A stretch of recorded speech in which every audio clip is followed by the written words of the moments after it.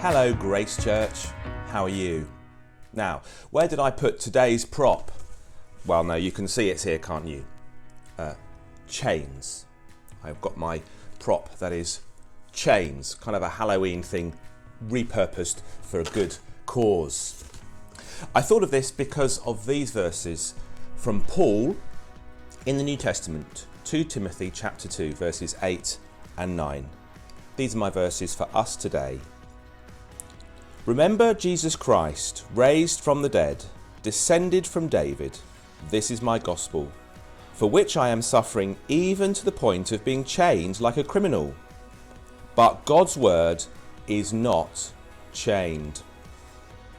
Paul wrote a number of his letters whilst he was in prison or under house arrest, but he says that even though his circumstances were constrained, were hard, it didn't mean that God's word, the gospel, the good news was also constrained. Not at all. He found that he could use those new opportunities still to share the gospel. In his case, for example, in Philippians, with the palace guard that were constraining him, to whom he was actually sometimes physically chained.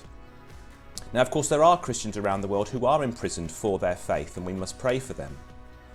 Those brothers and sisters are having a very difficult time, but they can cling to those sort of verses with real, literal comparison.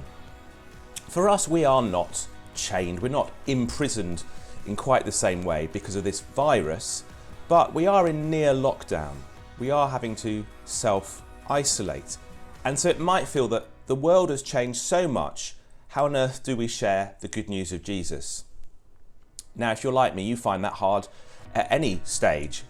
But some of us have noticed new opportunities.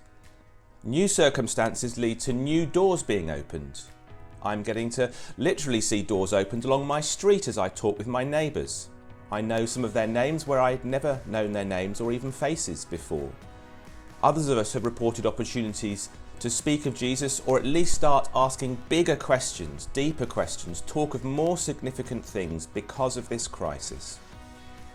Nobody is claiming that coronavirus is good.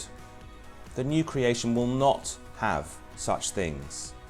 But God will use it under his good, sovereign control.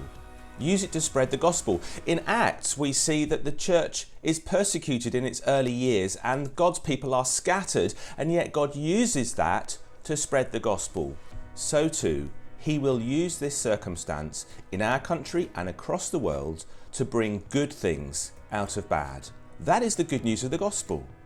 The very cross of Christ at Easter was God bringing good out of bad. Quite deliberately, quite knowingly, it was always his plan. He always turns things on their head. So let's be optimistic for the gospel.